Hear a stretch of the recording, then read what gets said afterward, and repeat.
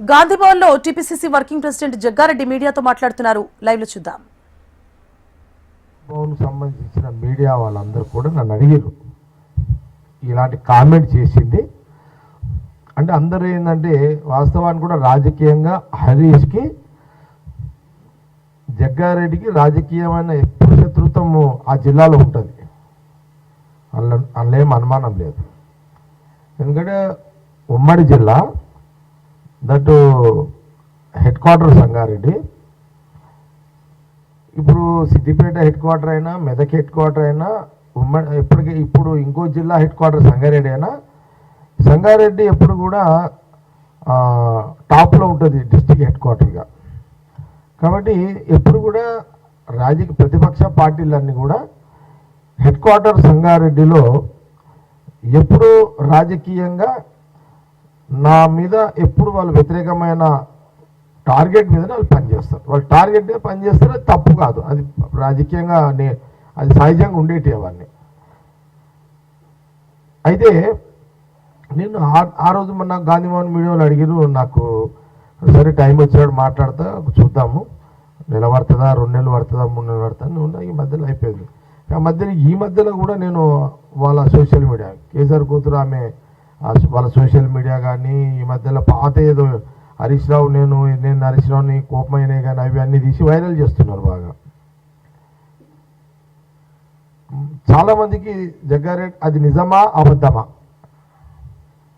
జగ్గారెడ్డి హరీష్ రావు మీద కోపంతో కాంగ్రెస్లో పోయిందా, ఎందుకు పోయిందా అనేది వాస్తవానికి కూడా ఎవరికి తెలియదు.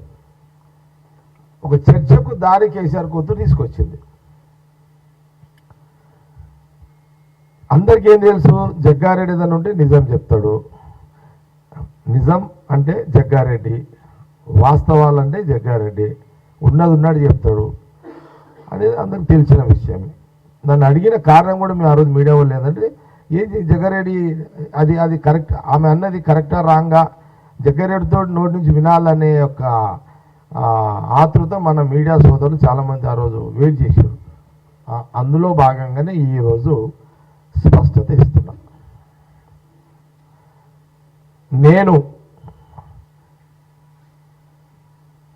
హరీష్ రావుకి కోపం మీద కానీ,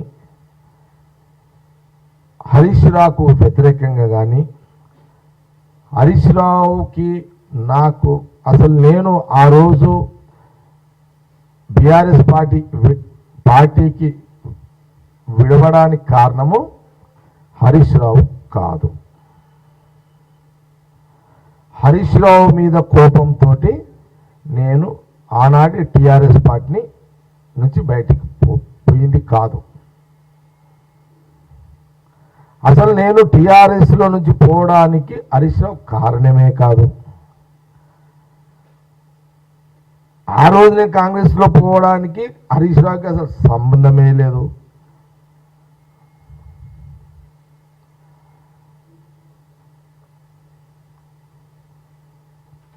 హరీష్ రావు రాజకీయం వేరు, జగ్గారెడ్డి రాజకీయం వేరు.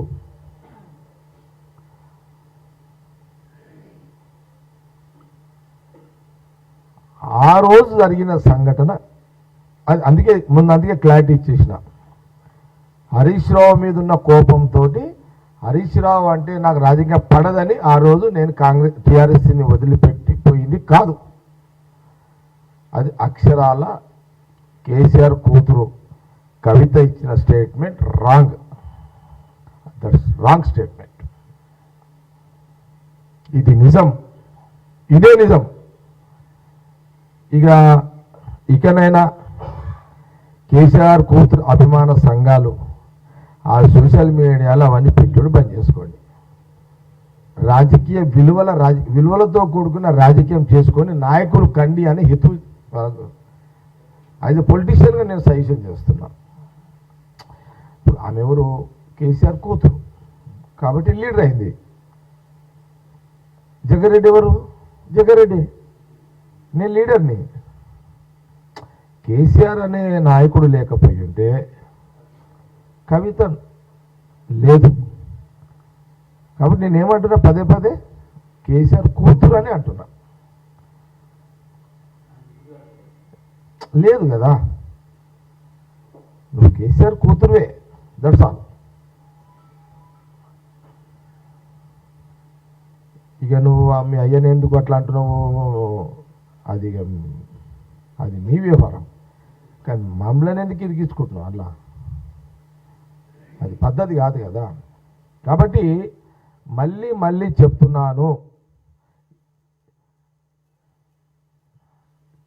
తెలంగాణ రాష్ట్ర ప్రజలకు ఈ తెలుగు ఛానల్స్ ఆంధ్రప్రదేశ్ రాష్ట్ర ప్రజలు కూడా చూస్తారు కాబట్టి మళ్ళొక్కసారి ఈ సోషల్ మీడియాలో కేసీఆర్ కూతురు పెడుతున్న సోషల్ మీడియా పెట్టకండి. నేను అందులో పోవడానికి ఇక అది చెప్తా, కాంగ్రెస్లో పోవడానికి కారణం ఏంటంటే ప్రధానంగా రాజశేఖర రెడ్డి గారు కారణం. నేను అలా ఇళ్ళకి రావడానికి మెయిన్ రాజశేఖర రెడ్డి సాబే. ఇంకా దీనికి ఒక ఉదాహరణ చెప్తా. నేను టీఆర్ఎస్లో ఉన్నప్పుడు ఎమ్మెల్యేగా అక్కడ సిద్దిపేట హరీష్ రావు, ఇక్కడ నేను, ఇక్కడ అప్పుడు మున్సిపల్ ఎన్నికలు వచ్చినాయి. రూలింగ్ పార్టీ ఉన్న కాంగ్రెస్ పార్టీ ఆ 2 సీట్లను, మున్సిపాలిటీ 2 సీట్లను నేను జగ్గారెడ్డి గెలిపించుకున్నాడు. అదే సిద్దిపేటలో హరీష్ రావు గెలిపించుకున్నాడు. రాష్ట్రంలో టీఆర్ఎస్ ఎక్కడ గెలవలేగా. అది ఆ ఎన్నికను చూసి అది ఆయన అన్నమాట నాకు జట్టి కుసుమ్ కుమార్ నా ఫ్రెండ్ చెప్పిండు. ఆయన కుసుమ్ నా దగ్గర కుసుమ్ వచ్చిండు, రాజశేఖర రెడ్డి సాబ్ ఒక వార్త నీకు చెప్పమన్నాడు అని. ఏంది కుసుమ్ అన్నా, నువ్వు రాజశేఖర రెడ్డి సాబ్ రాజకీయంగా నచ్చినావంట, నువ్వు ఇష్టం ఉంటే మనస్ఫూర్తిగా రాగలిగితే కాంగ్రెస్లో జాయిన్ చేసుకోవడానికి అని నన్ను మన కుసుమ్ వచ్చి అడిగింది నన్ను. రాజశేఖర రెడ్డి టాప్ లీడర్ రాజకీయంగా, అది నిజమే అది అని ఆయన అన్నమాట కూడా, రాజశేఖర రెడ్డి గారు అన్నమాట కూడా చెప్పమన్నాడంట. ఏం చెప్పమన్నాడంటే, జగ్గారెడ్డి నాకు నచ్చినడానికి కారణం ఏంటంటే మున్సిపల్ ఎలక్షన్లకు సంబంధించిన మన కాంగ్రెస్ పార్టీ నాయకులు ఎవరైతే ఉన్నారో, అంటే ఇది పార్టీకి సంబంధించినవి కాదు, ఇది జగ్గారెడ్డి వర్సెస్ ఇది ఇండివిజువల్గా నడుస్తున్న లెక్క ఇదంతా. నేను టీఆర్ఎస్ ఉన్నా కూడా ఇండివిజువల్ నాది, ఇండివిజువల్ మీద చర్చ ఇదంతా. అయితే అప్పుడు ఇమ్మీడియట్లీ ఆయన అక్కడ మీద కొన్ని కాంప్లైంట్స్ ఇచ్చారు అనమాట వాళ్ళు, లోకల్ లీడర్స్, మా జిల్లా లీడర్స్, పేర్లు అవుతుంది. ఇక్కడ జగ్గారెడ్డిని తట్టుకోలేము. రాజశేఖర రెడ్డి గారు వీడియో కాన్ఫరెన్స్ చేస్తాడు మబ్బులు 5 గంటలకు, పైకి 5 గంటలకు వీడియో కాన్ఫరెన్స్ చేస్తాడు రాజశేఖర రెడ్డి సార్. ప్రతి ఎలక్షన్కి అంతే. ఆయన 4:30 నుంచి స్టార్ట్ చేస్తే ఆయన 6 గంటల వరకు టెలికాన్ఫరెన్స్. ఆ టెలికాన్ఫరెన్స్లో సంగారెడ్డి హెడ్ క్వార్టర్ 2 మున్సిపాలిటీకి సంబంధించి వచ్చేస్తే అప్పుడు అక్కడ ఎవరు ఉన్నారు, సునీత ఉందాడ, సునీత లక్ష్మారెడ్డి ఉంది. వాళ్ళు కానీ అక్కడ జిల్లా నాయకులు ఏం చెప్పారంటే, మిగతా దగ్గర కవర్ చేయగలుగుతాం కానీ సంగారెడ్డిలో మట్టుకైతే సదాశివపేటలో చేయలేము. జగ్గారెడ్డి కొంత ఆ బూతులు ఆయన కంట్రోల్ ఉంటాయి, ఆయన దౌర్జన్యం కూడా చేస్తాడు, పోలీసులను అటాక్ చేస్తాడు, బూతుల మీద దాడి చేస్తాడు, బీభత్సం చేస్తాడు ఆయన అని వీళ్ళు కాంప్లైంట్ ఇచ్చారంట. అయితే ఈ కాంప్లైంట్ ఇచ్చినప్పుడు రాజశేఖర రెడ్డి గారికి మరి ఏమనిపించిందో, ఇక ఆయన స్టైల్ అదే కదా ఆయనది కూడా. ఇక ఆయన అనుకున్నాడేమో, వీడు నాతికి వెళ్ళిండేమో అని ఆయన అనుకున్నాడేమో రాజశేఖర రెడ్డి సాబు, ఇక అనుకున్నాడేమో. అయితే రాజశేఖర రెడ్డి సాబు ఈ మాట అయితే ఇట్లా అయిందంట, మరి నేను అందుకే నా దగ్గర అప్పుడు ఇన్ఛార్జ్ సరే వాళ్ళు అడిగారు అనమాట. అడిగితే రాజశేఖర రెడ్డి సాబ్ ఏం చేశాడు, వ్యాస్ అని ఎస్పీ వ్యాస్, అంటే ఆయన చనిపోయిన వ్యాస్ కాదు, ఇంకొక వ్యాస్ ఉన్నాడు అతను. ఆ వ్యాస్ వరకు బాగా టచ్లు ఉంటాడంటే మన మన మన ఎక్స్ సీఎం కాసు కృష్ణ మినిస్టర్ ఉండే కాశీ కృష్ణారెడ్డి గారు బాగా దగ్గర ఉంటాడు ఆయన. కృష్ణారెడ్డి సాబ్ పెద్ద మనిషి, సివిల్ సప్లై మినిస్టర్ ఉమ్మడి రాష్ట్రంలో, ఆయన బాగా దగ్గర ఉంటాడు ఆయన. వ్యాస్ గారు ఎక్కడున్నారు ఇప్పుడు, కానీ ఆయనను ఆడేసిర్రు సంగారెడ్డిలో వేసేస్తే, సంగారెడ్డిలో వేసిర్రు ఆయనని ఇన్ఛార్జ్. సంగారెడ్డిలో వేస్తే లేదు ఈ రెండు కాంగ్రెస్ గెలవ టాక్ టాక్ టాక్ అనేసరికి ఆడున్న పోలీసు వాళ్ళు డిఎస్పీ అందరు కూర్చొని పెడితే పాపగాడ శ్రీధర్ రెడ్డి అని ఒక ఎస్ఐ ఉండే అప్పుడు ఇప్పుడు డిఎస్పీ ఇక్కడ ఎక్కడ ఉన్నాడు సిటీలో.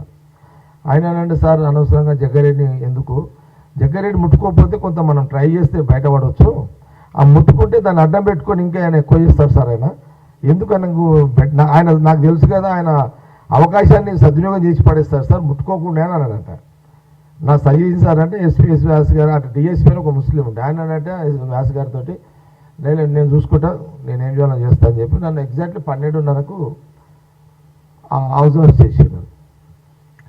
ఇక నాకు ఒక సెకండ్ కోపం వచ్చింది, కోపం రాని ఊరంతా లేపేసిన, లేపుడే ఇక మొత్తం ఇక రెచ్చగొడతా కదా మా ఊళ్ళని. ఇక నా కోపం రాగానే మొత్తం బూతులలో పడ్డారు, ఢా ఢా ఢా ఢా అని గుద్దు పాడేసి ఢా ఢా అని అయిపోయింది. వాళ్ళ రూలింగ్ రాజశేఖర్ సాబ్ గవర్నమెంట్లోనే ఇది అంతా జరిగింది. Talk talk talk talk talk talk రెండు మున్సిపాలిటీలు గెలిపించేసినట్టుగా. ఇది నచ్చి రాజశేఖర రెడ్డి గారు నన్ను పిలిచారు. పిలిచి నన్ను ఏమన్నాడు, ఈ కుసుం నాకు చెప్పు, ఈ మాట చెప్పు జగ్గారెడ్డికి అంటే రాజశేఖర్ రెడ్డి చెప్తే నేను పోయిందిగా టకటక రాజశేఖర్ సార్ మా కుటుంబం ఏమో వెళ్ళిపోయినా. ఇక పోగానే నన్ను అన్నాడు, మొగని ఆయన నేను ఇంత పెద్ద ఫోర్స్ పెడితే కూడా నువ్వు గెలిపించినావు, నాకు నచ్చినావు జగ్గారెడ్డి, నాకు నచ్చినావు నువ్వు అన్నాడు. నువ్వు ఇష్టపూర్వకంగా రాగలిగితే నీ ఇష్టంతో నేను ఫోర్స్ చేయ, నువ్వంటే నాకు నచ్చినావు రాజకీయంగా, నీ అసలు నాకు అవసరం, నువ్వు రాగలిగితే నీకు రెండు పనులు చేసి పెడతా అన్నాడు ఆయన. చెప్పన్నా అన్న ఏం చేయగలుగుతారు అన్న అని అడిగాను. అంటే అప్పుడు ఆయన ఏమన్నాడు, ఇది ఎక్కడ చెప్పకి ఇప్పుడే అన్నాడు. చెప్పన్నా అన్న, నువ్వు వస్తే నీకు ఒక ఐఐటి ఇస్తా, ఐఐటి ఇస్తా, నువ్వు ఒక 600 ఎకరాల భూమి ఇస్తే నీకు ఐఐటి ఇస్తా. ఇది చెప్పకి ఇప్పుడు ఎవరికి, నీ సింగిల్ రోడ్ కదా బాంబే హైవే, ఏది నాకు పడంచెరు నాకే ఉండే అప్పుడు, గంగారం నుంచి వయా లింగంపల్లి, రామచంద్రాపురం, పటంచెరు, ముత్తంగి, రుద్రారం, సంగారెడ్డి చౌరస్తా దాకా నీకు 4-వే హైవే లైన్ ఇస్తా అని చెప్పి నేను. ఎందుకంటే మనకు సెంట్రల్లో సోనియా గాంధీ గారే ఉన్నారు కాబట్టి, అంటే అప్పటికి కొంత క్లారిటీ ఉన్నట్టుంది ఆయనకు ముఖ్యమంత్రి గారికి, రాజశేఖర రెడ్డి సార్కు నేషనల్ హైవే ఈ ఐఐటి నడుస్తున్నట్టున్నది. ఇక నీకు తప్పకుండా నేను ఇస్తా, కొంత టైం పడుతుంది నీకు మాట ఇస్తున్నా, ఇది బయట చెప్పుకోకు, నువ్వు గమ్మున వచ్చి ఇష్టం ఉంటే జాయిన్ కా అని చెప్పేసి నేను. ఇక అది ప్రాబ్లం ఏదో ఐఐటి అంటే నాకు తెలియదు నిజంగా అప్పటికి. నేను ఐఐటి అంటే నేను అనుకున్నది నిజంగా మనమేమి నాకు ఐఐటి అంటే తెలియదు. అయినా ఇది ఐఐటి ఏదో పెద్ద ఎడ్యుకేషన్ ఇన్స్టిట్యూషన్ అంటే నాకు టైం లేదా అడిగా. ఇప్పుడు రాజశేఖర అడగలేను కదా ఐఐటి ఏంటన్నట్టు అడిగి అది ఏమంటాం అడిగా, హైవే 4-వే లైన్ అంటే అర్థమైపోయింది. ఓకే, ఇక నేను ఇదేదో పెద్దదే ఉన్నట్టు అని చెప్పి ఓకే అనేసాను నేను. అనగానే ఇక అనుకున్నా సంగారెడ్డి పోయినా టకటక మా వాళ్ళని పిలిచి డాన్ అన్న చేసిన. ఆయన ఒక మాట అన్నాడు, జగ్గారెడ్డి కండువా నువ్వు వేసుకోకు, నీ భార్య మీద కండువ వేస్తున్నాడు. ఇది నాతోటి జరిగింది. అందుకే నేను ఏమంటున్నానంటే, నా హరీష్ రావు వల్ల హరీష్ రావు మీద కోపంతో కానీ హరీష్ రావు మీద ద్వేషంతో కానీ నేను టీఆర్ఎస్ పార్టీ ఇచ్చింది కాదు.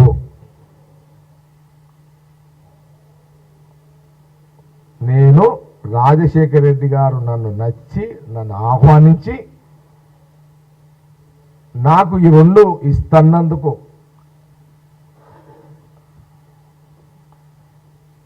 అప్పుడు ఈ స్కీములు లేవు, ఏది ఇవన్నీ ఇప్పుడు నడుస్తున్నాయి కదా, ఏది నా భూమి అప్పటికేంది అంత కొత్తగా మనం అంత యంగులు ఉన్నాము, జోషులు ఉన్నాము.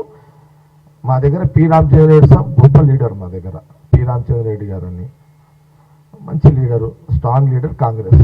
మా దగ్గర ఇద్దరు, నాగారెడ్డి గారు తర్వాత పి రామచంద్ర రెడ్డి గారు.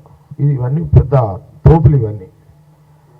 ఆ తోపులకి వచ్చినోడు ఈ తోపే, అంత తోపులలో ఆల్బై. కాబట్టి నేనేమంటున్నానంటే ఆ రోజులల్లో అంత అట్లా కమిట్మెంట్ ముఖ్యమంత్రి రాజశేఖర రెడ్డి గారు ఒక మాట, ఆయన మాటకి ఎట్లా అంటే అది అప్పటికే ఉందిగా మార్కెట్లో. రాజశేఖర రెడ్డి గారు ఒక మాట అంటే అది తిరుగులేదు అనేది అది చరిత్ర. అదిగా అట్లా ఏం నీకు ఇక రాజశేఖర రెడ్డి గారు ఒక శత్రువు వచ్చి అడిగినా ఎంత గొప్ప రాజశేఖర రెడ్డి గారు అంటే, శత్రువు వచ్చి అన్నా ఇక కొట్లాడేందుకన్నా ఇక నేను సరెండర్ అయిపోతున్నా, నన్ను వదిలేయనంటే వదిలేసే తత్వంతో కూడుతున్న రాజశేఖర రెడ్డి గారు ముఖ్యమంత్రి కాగానే స్టార్ట్ అయింది అన్న స్ట్రాటజీ. అది మమ్మల్ని ఏమని బలవంతంగా కాదు, నీకు ఇష్టం ఉంటే రా అన్నాడు. ఈ విషయాలు చెప్పి నువ్వు వెళ్ళిపోయినా. అందుకే మళ్ళీ చెప్తున్నాను, ఎక్కడ కూడా నేను అక్కడి నుంచి వచ్చింది హరీష్ రావు మీద కోపము కాదు, కేసీఆర్ మీద ఉన్న కోపము కాదు. నేను వచ్చింది ఆయన నా రాజకీయంగా గట్టోడు అని అని పిలిచినందుకు, నాకు ఈ 2 ఇస్తానన్నందుకు నేను కాంగ్రెస్ పార్టీలో జాయిన్ అయినా. 3వ మాట కూడా చెప్తా. ఒక 1 ఇయర్కే ఒకరోజు అసెంబ్లీ నడుస్తుంది, రాజశేఖర రెడ్డి గారు నన్ను పిలిచిండు. పిలిచి రాజశేఖర రెడ్డి గారు అన్నారు, ఆర్కేజీ అన్న జగ్గారెడ్డి అనేది నన్ను కొంత ఓన్ చేసుకున్నాడు. ఆయన నచ్చిన కాబట్టి ఓన్ చేసుకొని జగ్గా అని స్టార్ట్ చేసిండు. ఆయన ఇక జగ్గారెడ్డి అని పిలుస్తున్నాడు, జగ్గా అంటున్నాను. జగ్గా అని చాంబర్లో పిలిచిండు. పిలిచి ఆయన ఐఐటి డిక్లేర్ చేస్తున్నా, నీకు 1 అవర్ టైం ఇస్తున్నా. 1 అవర్లా ఒక 500 నుంచి 600 ఎకరాలు గవర్నమెంట్ భూమి ఉన్నదని నువ్వు ఇప్పుడు చెప్పితే నేను ఇప్పుడే డిక్లేర్ చేస్తే ఇక్కడ కూర్చో, నేను చాంబర్లో ఉంటా, నీకు క్లారిఫై రాగానే చేయాలని. నేను అప్పుడు ఇమ్మీడియట్లీ ఏం చేసి అధికారులకు చెప్తే అయ్యేది కాదు ఇది. నేను ఇమ్మీడియట్లీ మా అంజనేయులు మా చెర్యాల అంజనేయులు, రామకృష్ణారెడ్డి అని కంది రామకృష్ణారెడ్డి, వీళ్ళందరూ ఫోన్ కొట్టిన మా వాళ్ళకి. ఇద్దరు అప్పుడు ఇక నాకు కొట్టిన టక్మని ఆంజనేయులు అన్నాడు, అన్న రామకృష్ణారెడ్డి అని వాళ్ళిద్దరు మాట్లాడు. నాకు మా కంది రామకృష్ణారెడ్డి అన్నాడు, అన్న 5 కాదు 600 ఎకరాలు కూడా ఇస్తానా, రెడీ ఉంది, రైతులు రెడీ ఉన్నారని స్వచ్ఛందంగా ఇస్తారన్న అని అనేసి. అనగానే ఒకటే బిట్టి అంటే ఒకటే బిట్టి కదా అన్న నువ్వు అని నాకు చెప్పేసి. ఇప్పుడు నా ఏంటి జాగా 600 ఎకరాలు, అదే కంది, చిమ్నాపూర్, తాండల్, లమ్మర్ తాండల్ అన్ని కలుపుకొని అంత అసెంట్ భూమి అది మొత్తం.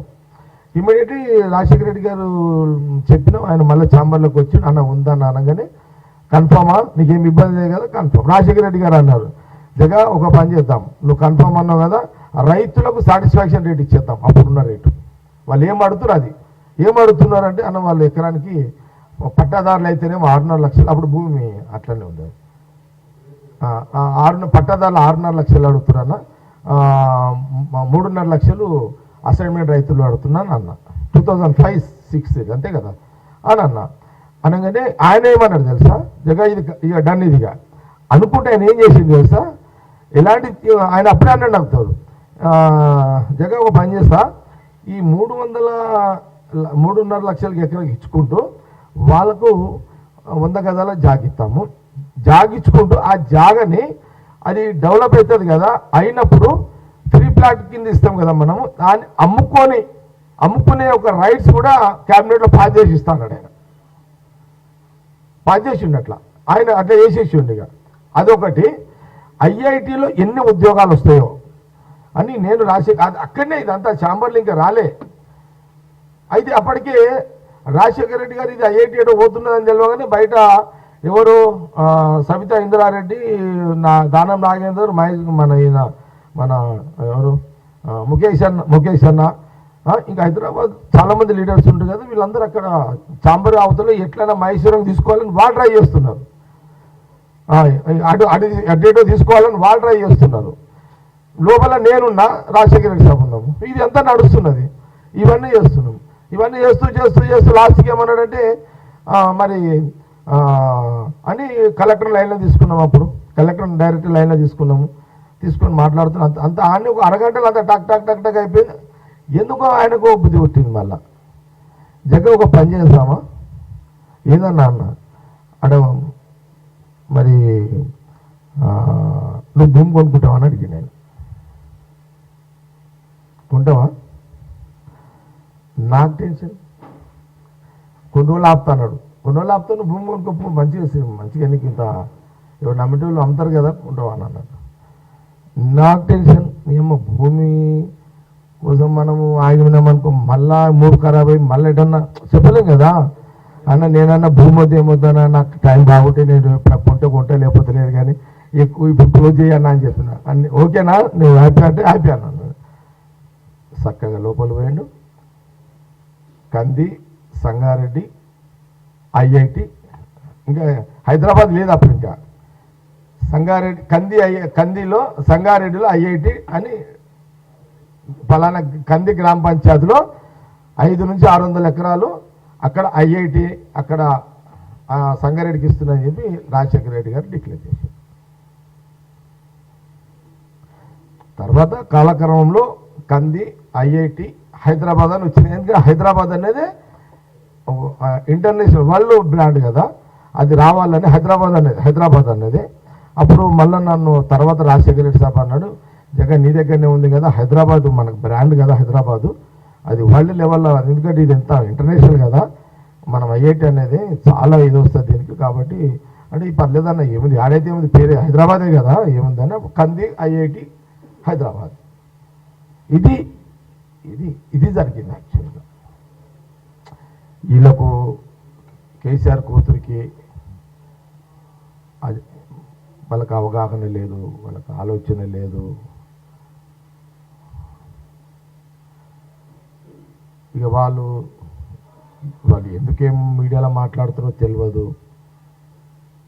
మరి అంత ఏం తెలుసుకోకుండా మాట్లాడాల్సిన ఈ అవసరాలు ఏంటిదో నాకు అర్థం కాలేదు. అంటే కారణం ప్రాబ్లం కూడా ఏంటంటే ఆమెకు అప్పుడు ఇంకా రాజకీయాలు వీళ్ళు కూడా తెలివే కదా, అప్పుడు ఏం తెలుసు వాళ్ళకు. ఆయన కష్టపడ్డాడు, ఆయన ఇప్పుడు కేసీఆర్ గారు కాంగ్రెస్లో ప్రయాణం చేసిండు, ఇది నిజము. కాంగ్రెస్లో కేసీఆర్ గారు యూత్ కాంగ్రెస్ నాయకుడు ఇక్కడ ఉండే అంచెలంచెలంచెలో రాజకీయ పరిణామాల కారణాలు ఆయన అప్పుడు ఎన్టీ రామారావు గారు టీడీపీ రావడం, అక్కడ ఆయన పోయిండు, కాంగ్రెస్ నుంచి టీడీపీలో పోయిండు. తర్వాత చంద్రబాబు నాయుడు గారి నాయకత్వంలో మినిస్టర్గా పనిచేసిండు. సరే కొన్ని రాజకీయ కారణం వల్ల టీఆర్ఎస్ పార్టీ పెట్టుకోండు.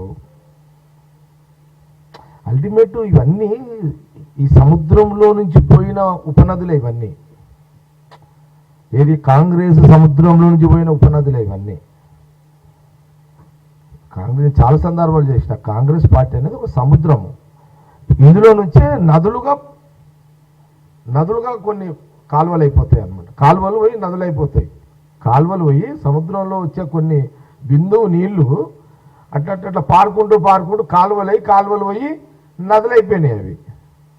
అందులో ఒక చంద్రబాబు నాయుడు గారు, ఆయన ఇక్కడ మినిస్టరు, కాంగ్రెస్ గవర్నమెంట్లో మినిస్టరు, రాజశేఖర రెడ్డి సాబ్ గారు వెంబడి ఇద్దరు కలిసి పనిచేశారు కాంగ్రెస్లో.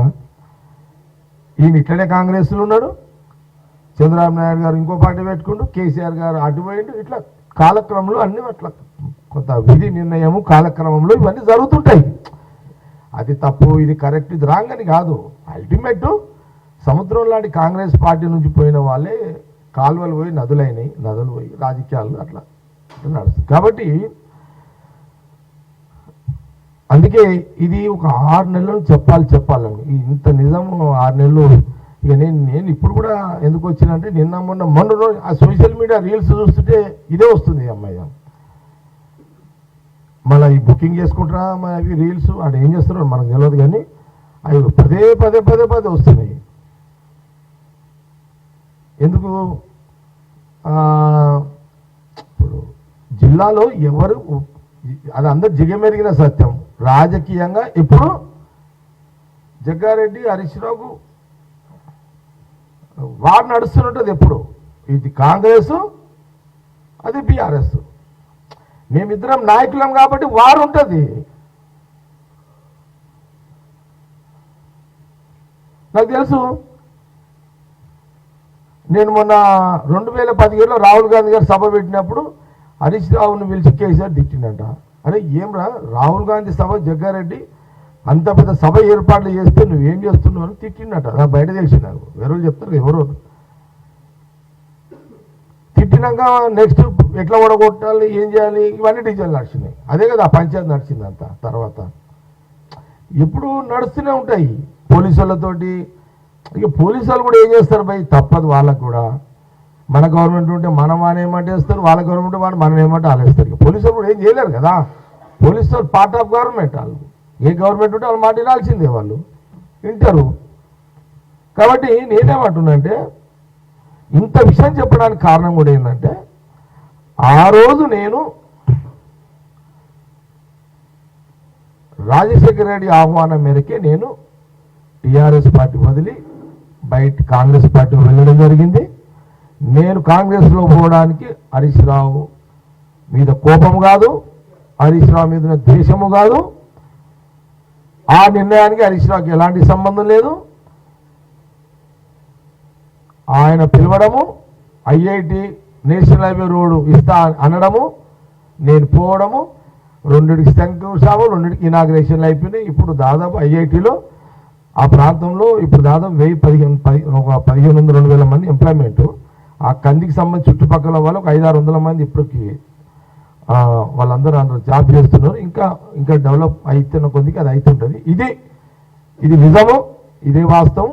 జగ్గారెడ్డి ఏదున్నా ఉన్నది ఉన్నట్టే చెప్తాడు. నేను అది వేరు చెప్తే కదా, హరీష్ రావుని నేను రాజకీయంగా తిట్టడం వేరు, కానీ సంబంధం అసలు నేను కోపంతో పోనే లేదు. మళ్ళీ అది తప్పు కదా అనడం, ప్రచారం చేయడము. నేను ఫైటర్ ముఖముఖండి అంటే కదా, హరీష్ రావు ముఖముఖండి అన్న. రాజకీయంగా ఎప్పుడు హరీష్ రావు టార్గెట్లోనే పెడతా, ఆయన నన్నే మూకోడు. మా ఇద్దరు తేడా అయితే నేను ఫ్రంట్కేజ్ కొట్లాడితే ఆయనకి ఎంకేజ్ కొడుస్తాడు. ప్రాబ్లం అంతే. హరీష్ రావు మీద తేడా ఆడుంటుందంటే నేను ముందుకే కత్తి పడుతుంటే ఆయన వెనకే తడకనే కొడుస్తాడు వచ్చిగా. అది రాజకీయం ఎవరు దానికి కదా. అది కూడా నేను హరీష్ రావు ఎంకేజ్ పొడిస్తే కూడా తప్పనా? రాజకీయం అదొక రాజనీతి. ఎట్లాగే పొడిస్తే పొడిచినా లేదా లెక్క అది అనమాట. అదిగా పొడిచినా చచ్చిండా లేదా, ఎట్లా చచ్చిండా అలా చూస్తాడు ఎవడన్నా. కాకపోతే ఆలోచన విధానాలు వేరుంటాయి అట్లా. కాబట్టి దయచేసి సోషల్ మీడియా వాళ్ళు ఏమంటారో నాకు తెలియదు, కానీ అరే నాయనా మీరు ఇవన్నీ బంద్ చేసుకోండి, మళ్ళీ ఒకసారి వేయకండి, బాగుండదు. ఇది మర్యాద కూడా ఉండదు, మీకు పద్ధతి కూడా కాదు అది. ఇంకేం డౌట్స్ ఉంటాడు కానీ చెప్తలేదంటే క్లోజ్ చేస్తాను. స్వామి,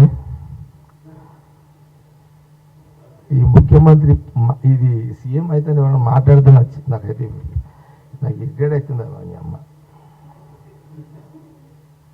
అసలు నాకు ఎవరన్నా అవుతానంటే అసలు ఏంద్రా నాయన అది అసలు అమ్మ. అసలు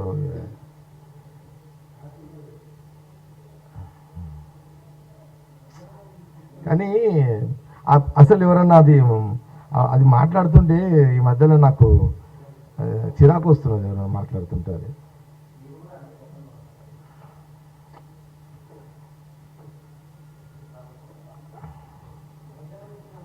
అదే రాజ్యాంగం ఎంత ఇచ్చినా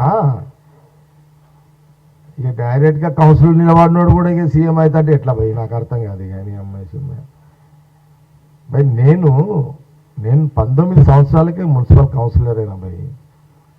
నాకు ఎవడు బ్యాక్ సపోర్టు, సొంత కష్టపడి ప్రజా పోరాటాలు చేసి కౌన్సిలర్ 19 ఏళ్ళకైనా 27 ఏళ్ళకు ఒక మున్సిపల్ చైర్మన్ అయినా ప్రజల సమస్యల మీద పోరాటాలు చేసి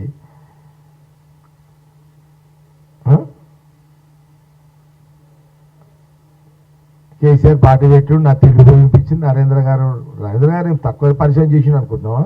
నేను బైసాబ్ కన్నా కేసీఆర్ అన్నాడు, నేనైతే జగన్రెడ్డికి మాట ఇచ్చినా, నేను కరెక్ట్ ఉన్నా. కానీ బైసాబ్ బీఫామ్ ఆయన చేతిలో ఆయన తీసుకున్నాడు, ఎందుకంటే ఆయన ఎంపీ క్యాండిడేట్ అయినా. నేను క్లియర్ ఉండదు, నువ్వు ఆడపోయి కూర్చోపో అన్నాడు. ఇక మా బైసాబ్ వేస్తుంటాడు పులి, ఎప్పుడేం చేస్తాడో తెలియదు. నేను బైసాబ్ నువ్వు బీఫామ్ ఇవ్వలేవనుకో, ఇక నేను సంగడే తిరిగి అని చెప్పేసిన బైసాబ్కి. ఇట్లేనమ్మా నరేంద్ర ఆయన అదే పులి, అది ఒరిజినల్ పులి. అది ఇప్పుడు మన దగ్గర ఫోటోలు వేసుకునే పులి కాదు అది, నరేంద్ర అది ఒరిజినల్ పులి అది. నేను ఆయన పులికి పోయి నేను వార్నింగ్ ఇచ్చిన, పులికి పోయి నేను పులికి కాదు, కానీ ఇక తప్పని పరిస్థితిలో నేను ఇప్పుడు కొన్ని సినిమాలలో పుల్లులతోటి హీరోలు కొట్లాడతారు ఈ పుల్లితో నేనే పోయి కొట్లాడినా డైరెక్ట్గా డూబులో స్ట్రాంగ్ ఇచ్చిన బైసాబ్ చెప్పేసిన బైసాబ్ నాకు కానీ బీఫామ్ అప్పుడు ఒకసారి ఇట్లా చేసినావు ఇయ్యక మళ్ళీ ఈడ అదే కథ వచ్చింది నాకు ఇవ్వకపోతే బైసాబ్ నేనైతే సంఘంలో జెండా కట్టనియా తిరగనియా ఇక సావు బతుకు ఇక నేను మునిగితే నువ్వు కూడా మునగాల్సిందని గట్టిగా కూర్చున్నా ఆయన జరం గట్టివాడే కదా అమ్మో ఎందుకంటే అప్పుడే క్యాచ్ చేస్తాడు ఆయన బైసాబు అమ్మో వీటితో డేంజర్ రా నాయన అని చెప్పి టక్న బీఫామ్ ఇచ్చేసి నాకు అట్లయింది యాక్చువల్గా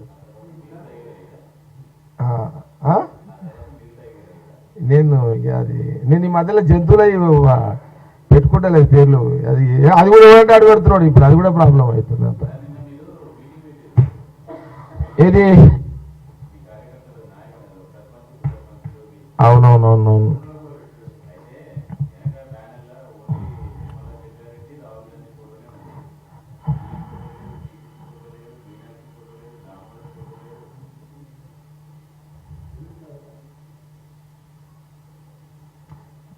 అంటే నీ డౌట్ ఏంటి సార్ ఇప్పుడు అంటే నిన్న కాంగ్రెస్ తిరుపతి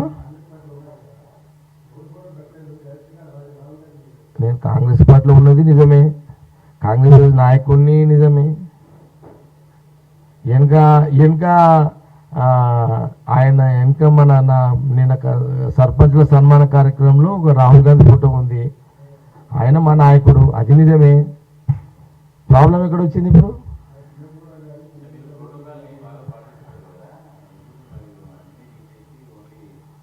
నిన్న కొంత మైండ్ డిస్టర్బెన్స్ అయినా జర నేనంతా చెప్తా టైం వచ్చినట్టు తెలుస్తే అన్ని ఇప్పుడే చెప్తే ఎట్లా మీకు అంత అందుకే ఎవరు ఫోటోలు వద్దరని ఆయన ఒక్క ఫోటో వేసేసి చెప్పండి కదా అప్పుడు దాకా అని చెప్పేసి అది మన తెలియదు ప్రతాప్ అది